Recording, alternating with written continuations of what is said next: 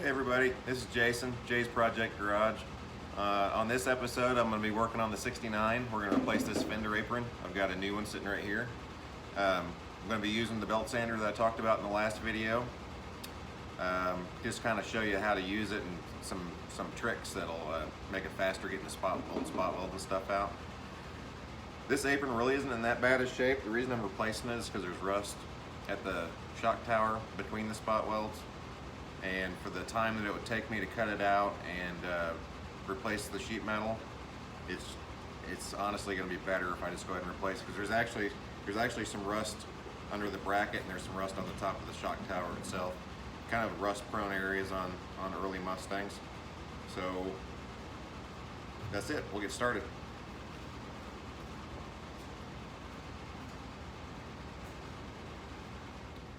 Okay, I'm going to be using the belt sander today. This is a Dynabraid. I'd say this is probably one of the best on the market, ranks right up there with the 3M. Kind of went over how to change the belt in the last video. It's really not that big of a deal. One thing to keep in mind if you're going to buy one of these, they sell them in two different lengths, whether it's a Dynabraid or whatever.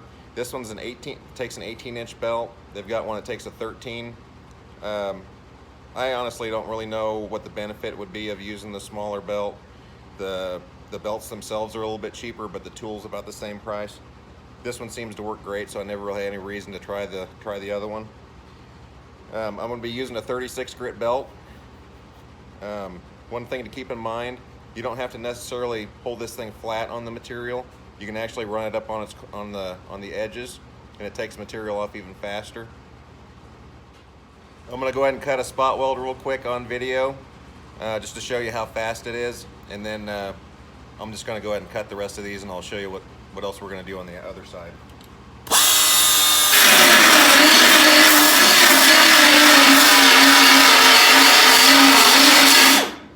That's it, spot weld's gone.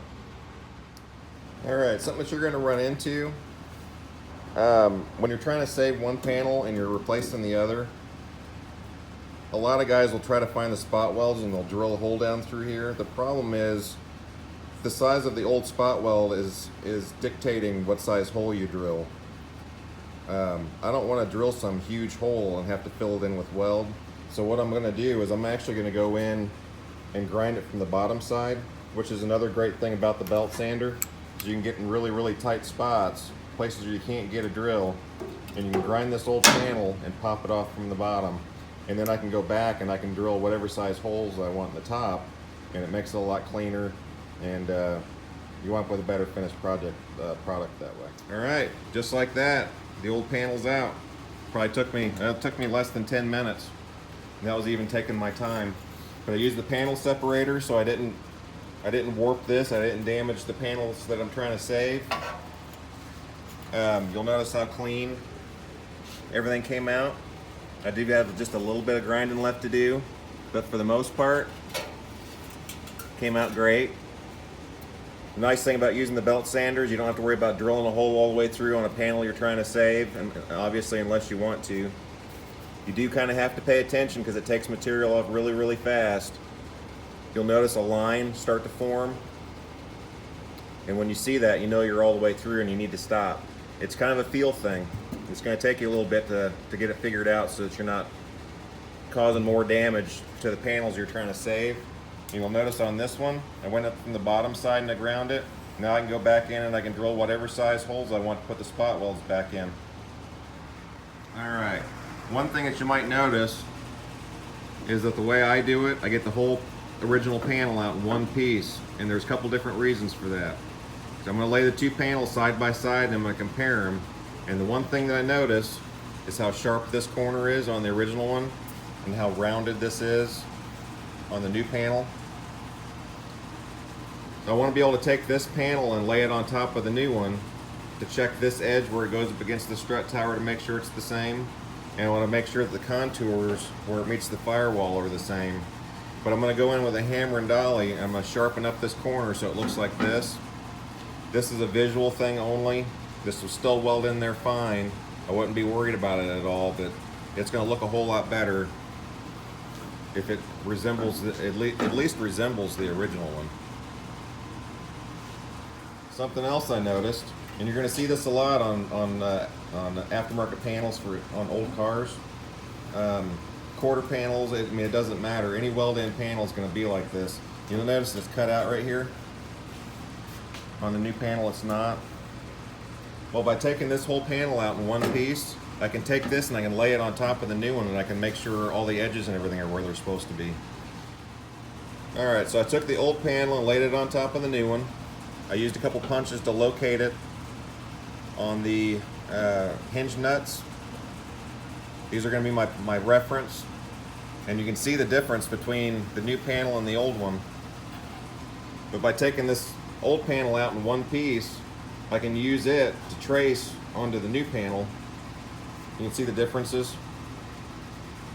I'm not so much worried about where it meets the firewall. We can work that after we get everything else trimmed up. Alright, now I'm over here on the bench. I'm still using my reference. You can see I've already trimmed up the edges, and everything's matching up with the old panel really well. Now I'm going to start working this edge where it meets the firewall, and you can use a hammer and dolly. You can also put your spoon up in your vise and use this as a corner.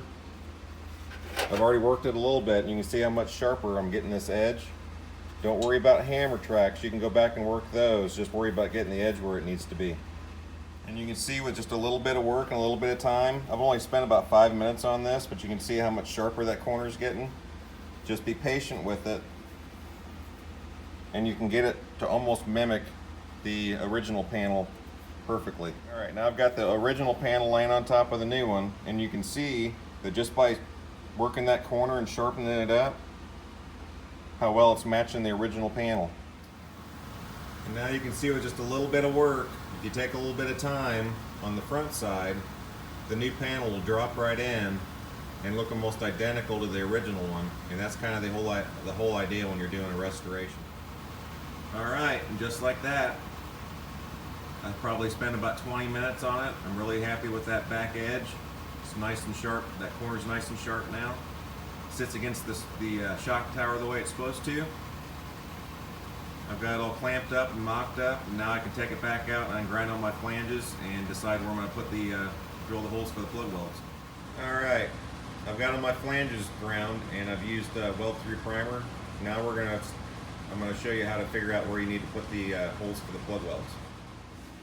Something to keep in mind, it doesn't matter if you're doing restoration work or if you're working on new cars. You're going to want to look and see where the original spot welds were, and you want to count them, and you want to try to put them in the same spot on the new panel.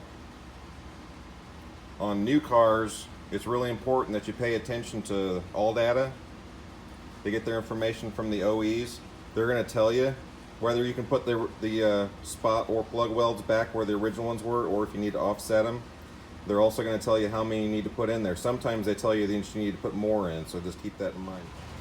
Alright, I use the original panel as a reference. I've got all the holes drilled where the original spot welds were.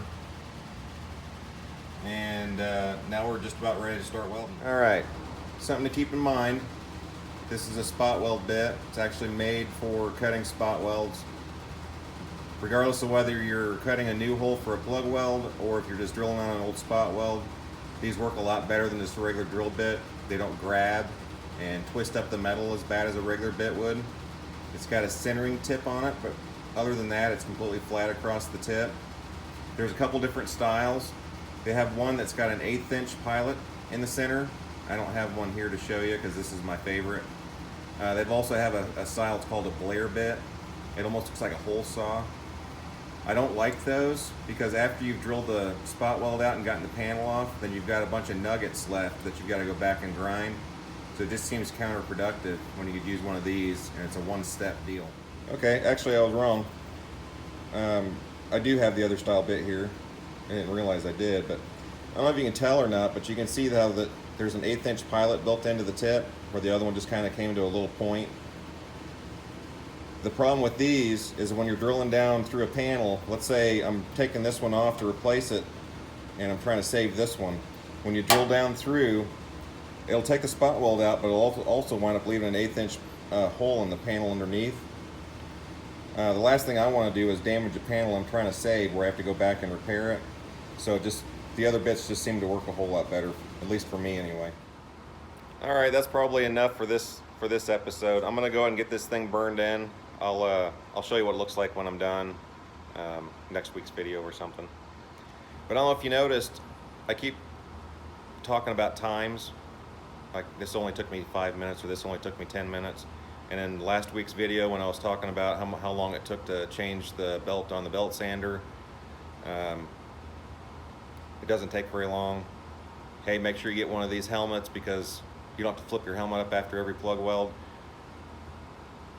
One thing I always told all my apprentices is that the guys that make the most money in the shop are not running around like chickens with their heads cut off. They're the ones that are being very efficient with their time, and they're getting paid for everything they do. So it's all about time efficiency and production work. Now obviously when you're working on your own project, or this one's for a customer, time may not be as important, but as a body man, when you're doing it for a living, you're working on commission, it's extremely important to be efficient with your time. When you're first starting out, you're probably going to have a little bit of a rough time learning how to do stuff faster and still do it the right way. It just comes with experience. So these little tidbits, why I use the tools that I do because they're faster, and why I choose to do things the way that I do because they're faster. You still get great results, but anytime that you can cut out messing around with, you know, a different style tool or something, the better off you're going to be. It's just honestly just time efficiency. It's just one thing to keep in mind. You can make a great living as a body man, but be forewarned, it's going to be extremely hard on you physically. Very few guys retire as a body man. They usually wind up moving into the office the way I did, or finding another profession. So kind of the life expectancy, I guess, of your career could be limited unless you're smart when you're younger, which I wasn't. Make sure you use the correct PPE. Make sure you learn ways of doing things that aren't as hard on you, and you could have a long, very fruitful career. Just kind of something to keep in mind. That's kind of why I brought up tool trucks. A lot of guys will get in deep, you know, a $50, $60, $70 a week payment on a tool truck, and when you're first starting out, you're not going to be making a bunch of money until you figure out time management and what tools you're going to need and that kind of stuff. You can wind up getting kind of disheartened, kind of leave a bad taste in your mouth. So just kind of keep that in mind, I guess.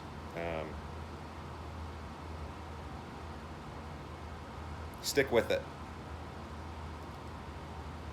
I didn't really, honestly, I was a body man for almost 20 years, and I didn't start making big money till I was 7, 8 years in, when I really figured it out and finally started getting the tools I needed. I bought a bunch of cheap stuff when I first started. I had cheaper body hammers, and I thought they worked fine until I bought good ones, and it's night and day. It's just little stuff like that that you're going to pick up over time. So keep that in mind. I think next week I'm going to get started on the kind of the history of the 302. It's going to be a multi-part deal.